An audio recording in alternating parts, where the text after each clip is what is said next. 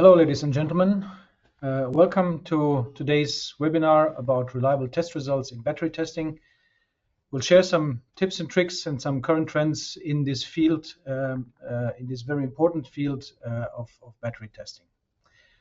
My name is Alexander Kopriutz, and I will lead you here through this presentation within the next 45 minutes. And yeah, let's start. So we will be looking at the mechanical tests on battery materials, components, and cells. So what kind of tests are being performed and what do we do there? Then we're looking at the importance of the testing process, and this will be the core of our presentation today, where we will talk about the elements of the testing process. And then at the end, we will look at some future trends in the battery testing field, where we think will influence also the mechanical testing requirements. So with this, as mentioned, we cover a lot of mechanical tests, and we also cover different fields of batteries. So we provide solutions for component testing, so the material side, but also the components that go inside of the battery cell, like anode separators, electrolytes, cathodes, depending on the cell chemistry. We provide solutions for the cell housings or the cell formats, from prismatic, cylindrical to pouch formats, where different requirements appear. And we provide also solutions for a complete battery system, including the modules, complete packs, but also, let's say, the connection between a battery system and the chassis. So these three elements are covered. And then if we look into, let's say, the most challenging field, we look into the lithium-ion battery cell components, which are actually a multi-material mix with various different material properties, which are being loaded in different conditions, used at temperatures, very low temperatures, higher temperatures. It needs to be cooled. We have very changing temperatures inside of the cell through fast charging or through high current requirements from the powertrain. So there is a lot of thermal, mechanical, and electrical influences happening. And we're looking at a very thin system. So we have different layers, starting with the collector foils, like the copper foil on the anode side or the aluminum foil on the cathode side, with the active material coating made of different materials, which is a porous and much thicker material than the collector foil. And thus these electrodes are then separated by a separator, which needs to ensure that there is, let's say, no short circuit possible between those two electrodes. We don't just have mechanical issues with the material itself. We also have these intermediate layers. So we have topics of adhesion, where we need to look at the adhesion of the active material on the collector foils, which is a very, very important topic to ensure, let's say, the longevity and functionality of the cell. But we also have issues between separators and the electrodes, where we also need to ensure that we have a certain understanding of the adhesion forces and the interaction between the layers. How do the samples look like? In the end, we have cutout samples in different shapes and sizes. If we look at here the collection, we have here a separator material. We have a copper foil and aluminum foil, uncoated in this respect. Then we have coated ones, cathode side and anode side. So these are the materials that we primarily characterize mechanically with our test systems. And a big challenge is the thickness of those materials, their sensitivity, their, let's say, mechanical properties. And that's what we are looking for when we test them. So what kind of tests do we perform? A classical test is a tensile test, of course. The tensile strength of those materials of a copper foil is very important. Also of the same thing is true for the aluminum side or the separators. So we need to understand what the tensile strengths are, especially as those materials get thinner. If we're looking at copper foils ranging from 8 micron, 6 micron thickness down to even 5 or 4.5 micron, that is really a let's say a big stress on those very thin materials, and to characterize them properly requires certain competence, understanding of the materials, and also, let's say, the right approach to the testing. Then we have compression testing, compressing entire cells, but also compressing an active material, simulating, for example, the calendaring process, measure compressibility of active material coating, further down even to a complete crush test of an entire battery pack. So compression testing is very important.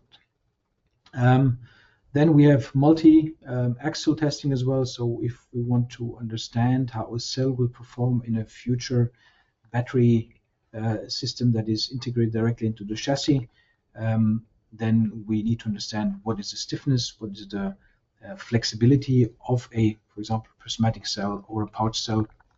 So these multi-axial tests are required. We have then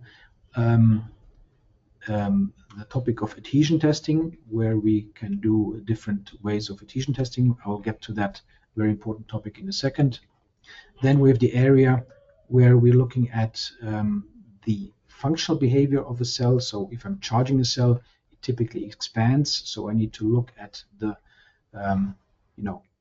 range of expansion and how linear or non-linear this expansion is, in order to be able to design the system around this battery stack or battery module.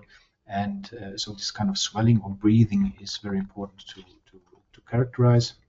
And then we have some other tests like a flexure test, similar to the compression test. I need to understand how flexible will my material be, or my cell be. As we have a dynamic system in a battery pack, so the cells are expanding, they get vibrations, they get mechanical loading, they get shocks. We also need to fatigue those materials, so we need to apply continuous loading rates to understand how many cycles the material will stand. So that is a topic that needs to be covered. And then on the, let's say, micro or nanoscale, we need to understand the properties of, for example, active material, understand how porous is the material, how strong is it, how homogeneous is it, and that's something that can be done with these, let's say, micro tests.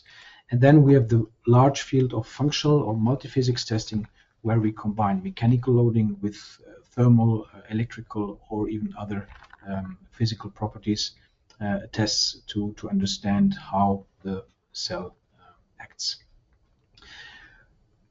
What is a challenge in mechanical testing? It is this wide range of requirements that we have. So if we're looking at deformation, so we apply a deformation to an electrode, for example, and we're deforming by a couple of microns only. But if we compress a complete battery pack, then we may even crush it by half a meter or a meter. So we have a wide range of, let's say, measurement requirements from nanometers up to meters, and that is something that needs to be managed well with the machine. We have big variation of mechanical pressure, so starting from some millipascals to megapascals. We have a big temperature range, let's say operating temperatures from maybe -20 to about 50 degrees, but we have also extreme temperatures of very low temperatures to fire temperatures of more than 1,000 degrees, which need to be reproduced in situations.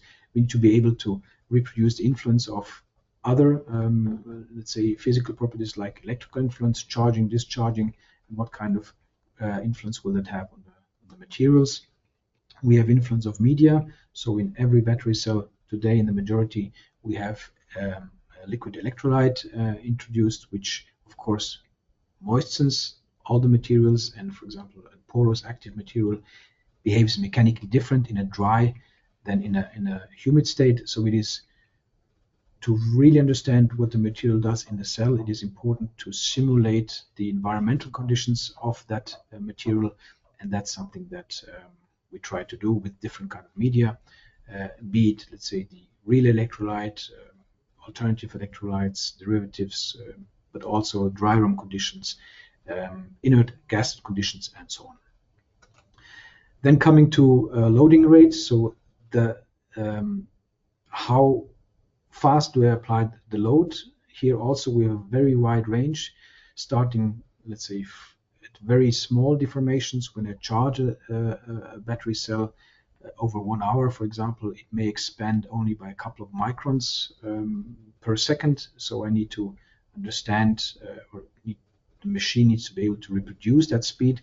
So the machine needs to be capable of reproducing that speed. And then we have high-speed tests, for example, where I want to reproduce a crash scenario. So where I need to reproduce a 10 meters per second or 20 meters per second impact to, for example, a battery pack. So again, a wide range, and we want those batteries to run for a very long time in the vehicles. So typically design time is now, or operating time is about 8 years. So we're looking at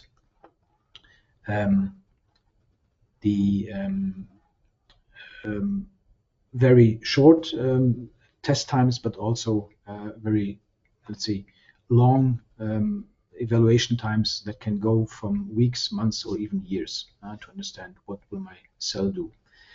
I just forgot that I wanted to switch off my camera, because I think that is not needed. So I'll just switch off my camera. Now you've seen me, and here we go. Okay, then I will now continue. And now we come to the importance of the testing process. So if we're looking at let's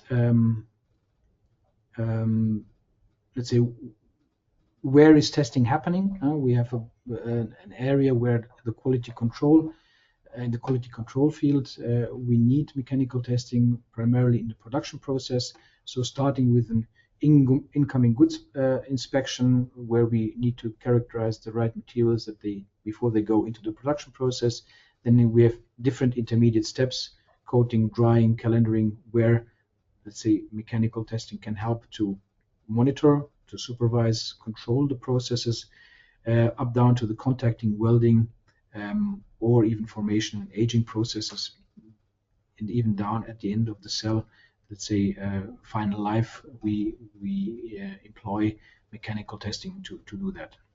On the quality control side, this is one side, but in research and development, there is even a bigger requirement for these tests, because here we need to look at intermediate development steps and understand at what level each intermediate product is.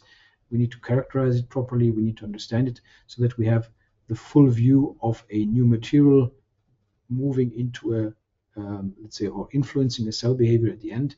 So at intermediate steps, we need to characterize those materials.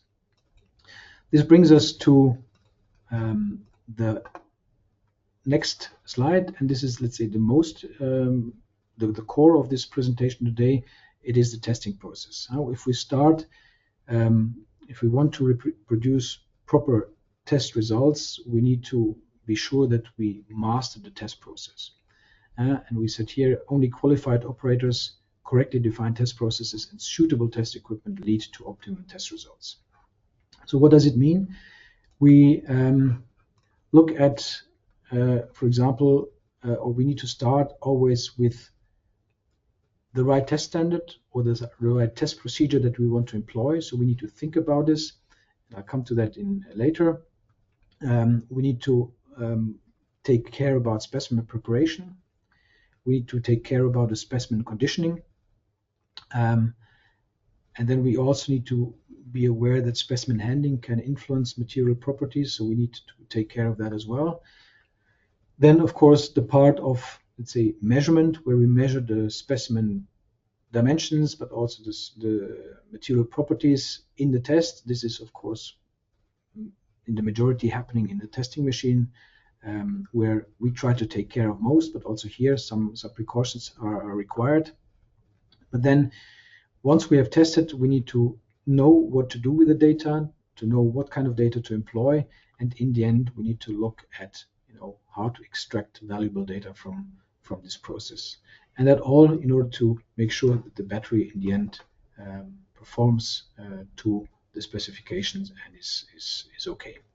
So this is the process, and we're now going to look in more details into the different topics. So the first part is test standard and qualification.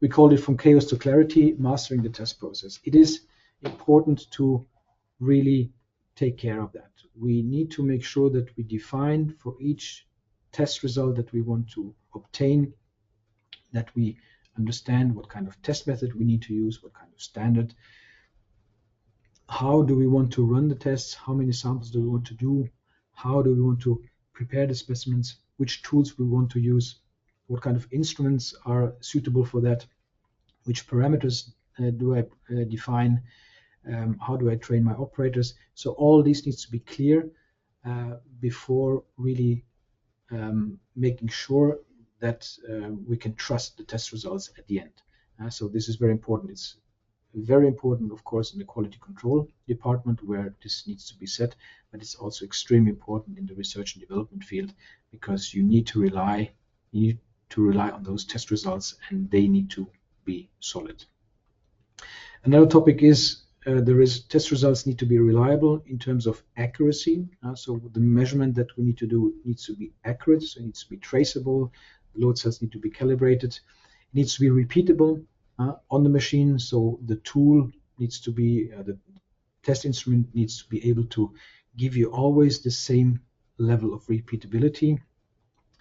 If I'm using different test equipments, those tests on different machines or in different labs need to be reproducible. So also here, the test framework needs to be clear, so that I'm running the test on machine A in the same way as I'm running it on machine B. And of course, everything needs to be traceable, so I need to be able to understand the quality of the test result by being able to look at all the influential parameters that influence my test result, and that's the traceability, which is key. And of course, very important, especially in the field of battery testing, is to communicate with the result receivers. What do they expect? What do they require? And what kind of accuracy is needed, to make sure that it works well. One very, even though battery manufacturing is not new, it is one of the fields where there is very little standardization happening on the material testing side. So there is almost no standards available. There are many standards from other industries or from other materials being used, but those are not adapted. So this is something that we need to know and understand, so that we can know which path to follow and which parameters to use. If I don't have a standard, then most or many customers then develop their own internal test methods and test procedures, and then of course it makes sense to look at industry best practices. This is where we then can help, because we see a lot of different tests. We see what different customers are doing, and we can kind of filter out the important parts, the relevant elements in the test process or a test standard that can help you to get the right results. And very important, of course, is that the operators are trained, that they have the knowledge and the information available to perform the test properly, and that they also can develop an experience in this testing process. So I bring one example. So if we want to measure, if we want to understand what adhesion, how the adhesion strength of an active material coating on an electrode is, where do I start? There are many different possibilities available today. So there's a so-called tensile test that can be used for the pull-off test, called tech test as well. There are peel tests available, 90 degrees or 180 degrees. There are some scratch tests which are coming from the paint industry that are being used to measure the adhesion of the paint on the substrate. I can employ some, let's say, more scientific scratch tests with a specific stylus, which allow me to measure the scratch test depth. Or I can use some very sophisticated nano-indentation tools, which allow me to measure, let's say, even further material properties. So this is just an example of one of the tests, how to evaluate or what kind of material, what kind of solution to choose. Now, today in the industry, we have these two fields which are used primarily, starting with a peel test, which is a known and used tool. But there are alternative ways of doing this, like with the tensile test or the Z direction test, which gives you, let's say, additional information, but also additional safety and reliability in the test results. So choosing the right test method is critical and important, and this is something that everybody needs to define for their processes. But again, this is something where we can help, where we can show the capabilities of each of the processes. For example, we in our test lab, we have all three test methods, 90, 180 degree, and Z direction available. So customers can come to us, and we can together evaluate for the material that they bring, what kind of process gives you most information and most valuable information. Okay, here an example of different test methods. I'm just starting the video just to give you, let's say, maybe not all of you know what kind of tests we're talking about. So we're talking here about an adhesion test, which is a 90-degree peel test. So I have a active material electrode glued to a carrier plate, and then I'm using adhesive tape to peel off that active material coating. And that's kind of the result that I get. So it's a pretty scattered peel result. The 180-degree peel test is similar, but I'm not peeling off in a 90-degree way, but in a 180-degree test. It's an even easier process, but very prone to errors. For example, sorry,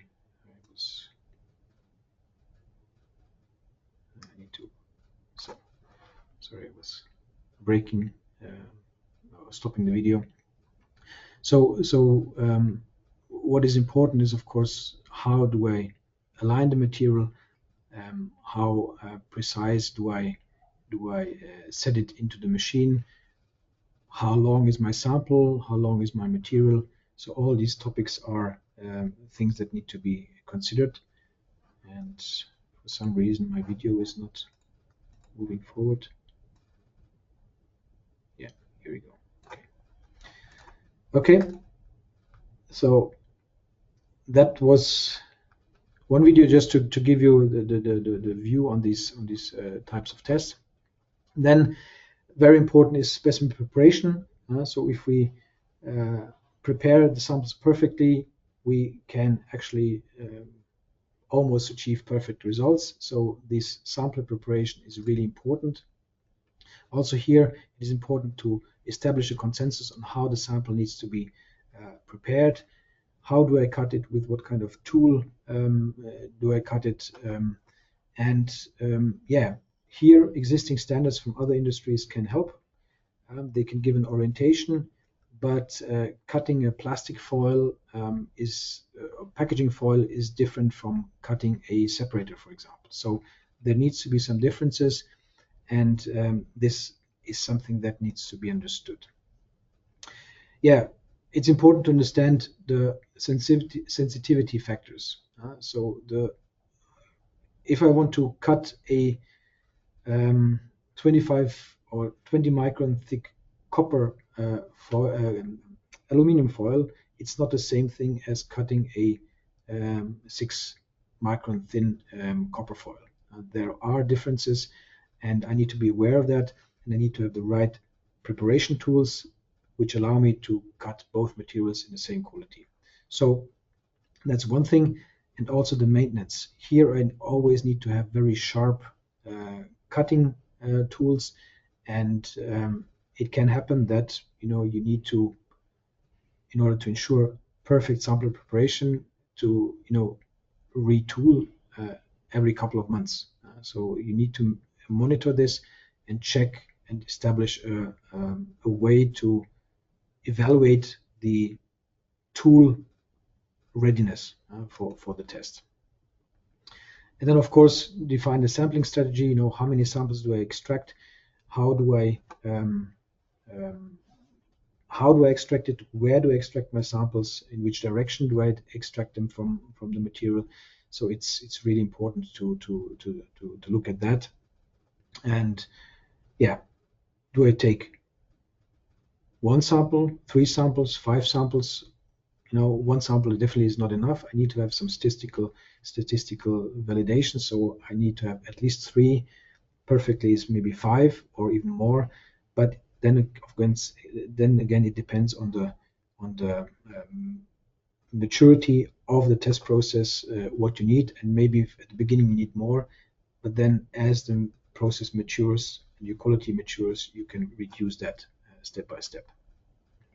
To give you now a quick overview of the process of a, let's say, tensile test on these adhesion coating tests. Sorry, I need to start the video. Measuring the bond strength of these active material coatings is a topic. So you need to use some sample preparation tools, which, for example, in this case, we provide, which help you to reproducibly set up and prepare the sample. This is something that our customers value, because it is helping you to have really reproducibility with every test, operator independent and time independent, and that's of course adding a lot of certainty on the measurements. Then of course the tooling itself is made in a way that operation and use is simple, operator influence is very minimal, and in this case the machine does everything. Once you install the sample, the pressure on the coating, the holding time, and also the tensile speed are defined by the machine, controlled by the machine, and there is no operator influence during the test process visible or required. So important to understand. Then we have the environmental influences. We are dealing with, in the battery field, with very sensitive electrochemical materials which have high sensitivity to environmental influences. Temperature, media, humidity can influence the material properties. Samples can deteriorate. Time is a big issue. If I have a sample that is lying in the sun for a certain amount of time, it will age very quickly. Very extreme example is, for example, lithium metal, which is being used as an anode material on in solid state batteries, is very difficult material to test in respect to mechanical properties, because it deteriorates under nitrogen influence dramatically. It evaporates more or less in ambient lab environments, so you need to have an inert gas chamber, a dry room, or a glove box to run those tests, and that of course makes mechanical testing more challenging. Conditioning is important. So how long, where conditioning, where to store the materials, when to do the testing is critical, and of course it's important to document, as those environmental conditions have an influence on the material properties. You need to understand where, how, what the material has undergone between sample extraction and testing. Okay, then specimen handling. Of course, I need to transport the material from one station to the next, from sample preparation to the machine, or from sample preparation to, let's say, the conditioning chamber. So manipulating the sample is important. So handling it is important on one side, because we need to make sure that we have that we are safe in terms of safe for the operators, so that they don't touch the material and get some kind of contamination, that they don't contaminate themselves, but also don't contaminate the specimen, and of course that the instruments are also safe and not contaminated with materials. So that is very important. Of course, personal safety equipment is critical in every process. Yeah, we need to make sure that we have no, let's say, influence on the material just due to the handling. So if I take a sample and I want to run a tensile test on it, of course I cannot just manipulate with bare hands, flex it and manipulate it badly, because it definitely will impact my test results. So I need to make sure that I very carefully manipulate the material. Then, yeah, cultivate a safety-conscious testing culture. It's important anywhere, but very specifically also in this battery field, very critical. Okay, and then we come to the testing system, the test machine. So we're looking at dimensions, testing. Yeah, precision matters in this field, very important. It is very important also to us, so that the test results really can give you reliable information. So measuring the sample dimension, for example, the thickness of a copper electrode or an aluminum electrode is critical. How do I determine that? What is the test process? Which kind of tools do I employ? Is critical. So this is something where there is little consensus in the industry right now. Everybody does it in a different way. They're not real standards employed, and right now what we see, the industry is not defining a common standard. So how thick is my electrode is always a challenge, and there are different ways of doing that. We can help also to determine those measurements with you, but it's something to keep in mind. 5, 10, 20% of difference in the thickness measurement, of course, have a huge impact on your tensile strength in your material. Yeah, choose appropriate testing instrument so that the measurements that you want to use can really be extracted. So that the load measurements is proper, that the displacement measurement is proper, that the properties that you want to extract are really can be obtained from the machine. And this is true for every test equipment. The test results can only be as good as the test equipment and the test operator and its training. So this is crucial. So be careful when employing these tools. Make sure that your tool is the right one. And also here we can help. We have in our battery lab, we have possibilities to show you different approaches, different levels of machine precision that will help you to determine the equipment. I mentioned before that in some of the process, the machine takes all the test process, takes over all the loading on the sample, and that is really something that we want to emphasize. Let the machine do as much of the work as possible. The biggest error that is being introduced in the test results is coming from the operator. That is true for every industry. That is true for every mechanical test measurement. The operators have a huge potential to improve the test results, but also bring a lot of, let's say, uncertainty into the measurement. And this is something that you can optimize by training, by making sure that the processes are right, but you can also transfer most of that responsibility to the machine and let the machine do that, even going up to an automation where the full test process is being done by the testing machine system. And of course, maintaining traceability is important, again, to understand what did influence my test result? Can I trust the test result? What were the influential parameters? So the documentation is critical. Coming back to, let's say, the adaptability or the suitability of a test system, here we have a test machine that is perfectly adapted to the tensile tests of thin aluminum, copper, or separator foils. I just run the video so you can see. It consists, let's say, with the right gripping, with some optical extensometry that allows you to measure very accurately. Part of it is a sample cutter for the sample preparation. So very important to start the process with the sample preparation. So have a good cutter. Then the manipulation of the foil, inserting it into the testing machine is crucial.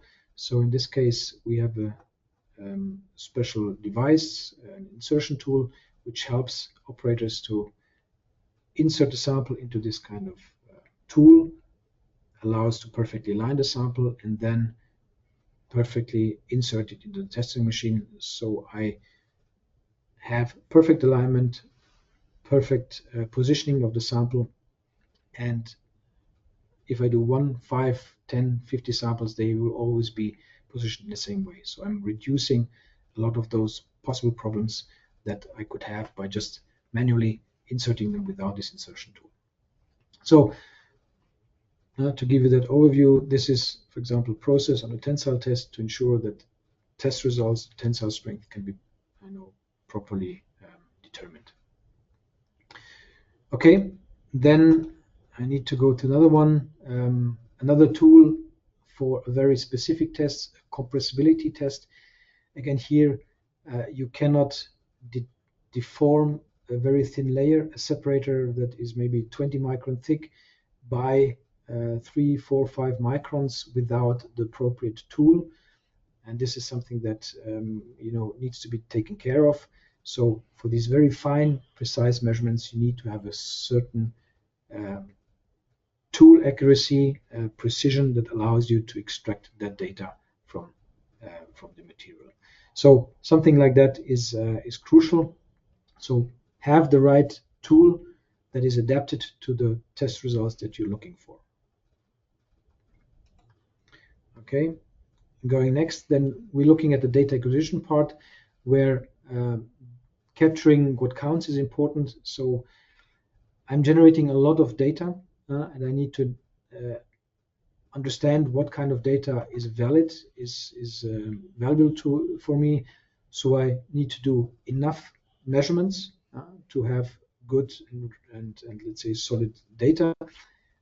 But for example, I don't have to have an excessive amount of data points. So I can reduce the number of the data volume by reducing the number of data points if it's not required. For some tests, I need higher amounts of data points and higher data acquisition frequency to extract all the information. And again, it depends on the material and it depends on the requirements. It is important that the measurement integrity is sure. So the synchronization of data capture is important, so that I really have the load, deformation, time, temperature stamps right, so that I know exactly at what point of my result calculation did I have what kind of parameters. That's very important. And that's important. And then implement the robust documentation. Again, we're talking about documentation, so we need to make sure that we know how the results have been calculated. And of course, we need to make sure that data does not get lost when we do the tests. So keep the data, or make sure that the test system is running also in case of a power loss, for example. If you have very rare and expensive data in research, it is important to have the data ready and available even in a power outage. Okay, and then of course at the end we need to look at the data. So we have this wealth of data. We need to make sure that the testing software delivers this data trustworthy. So I need to understand how is my test result calculated, how reliable is it calculated, is it traceable, can I find let's say some, can I reproduce it all the time? Can my software meet all the regulatory and reliability standards which are being set up in the test processes and the production processes? So very important that the software is validatable. Then, of course, it's important to understand and where measurement uncertainties come from, which role they play, and it is important then to minimize those. Also here we can help you to understand which kind of influential parameters influence your test results, and together we can determine at what point these uncertainties need to be reduced. And of course, again, we're coming to documentation. So the software needs to be able to document how and give you the information how the test data has been produced. So it needs to track who did the tests, what was tested, when was it tested, how was it tested, why was it tested, or if I have changed some of the test parameters, why have they been changed? So I need to have this traceability so that they can always understand what this test result will mean to me. Okay, and then coming to the last part, future trends in battery testing, very quickly. Yeah, I mentioned it before, we're coming from just pure mechanical testing. Now we combine not just mechanical, we combine thermal testing also with electrical testing. We combine it with media influence. So that is important. And as more the drier a test battery becomes, coming from classical lithium-ion batteries to a solid-state battery, the more important this combination and interaction of those materials is. And so multi-physical testing is important also for simulation purposes.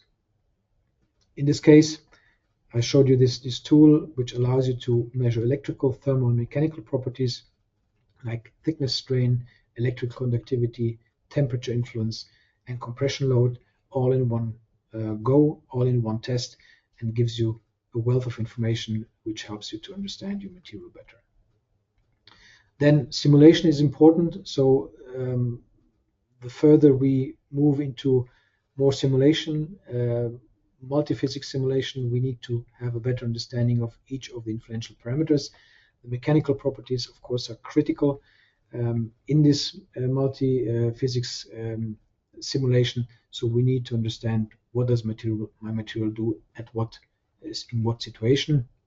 And here our mechanical tools can help you to really validate your simulations, provide, of course, the input material properties, but also can help you to validate your simulations very well. And we have done several research projects where we showed this. So another topic is, let's say, it is a very dynamic field, the battery industry, and we're looking at a very fast pace of battery development, chemistry development. So from lithium metal, lithium air, silicon based, lithium sulfur, sodium batteries, all this is being developed, is being put into, let's say, mass production with different requirements, different challenges, different topics, especially also on the mechanical testing field, because each of those materials behave differently. For example, silicon is expanding 3 times more than, for example, a graphite. So in operation, you have much higher stresses on your anode side, and that's something that, of course, you need to understand, you need to measure, and you need to know before you go into further development. So all this is changing, is moving, but is important to know and understand. Yeah. But not just the chemistry and the materials are changing. We have also product innovations. We have, again, different chemistries, but we have different components, multi-layer materials, different cell formats, different cell designs, which change. So also here we have mechanical challenges, and then we have innovations in the process. A big topic right now is dry coating of the electrodes to reduce energy consumptions and reducing costs. So here, of course, we see a lot of mechanical challenges. And of course, cell assembly is a topic. Either you slit or you cut. It is something that influences also your cell quality. And of course, cell finishing is also an influential part. Digitalization of the whole material test process is important, especially in the battery field. And we start with using of artificial intelligence, to understand how can I reduce my test amount by better interpreting test results, my test curve, my test parameters, speed up testing, ensure traceability, and keeping that data safe as well, data security.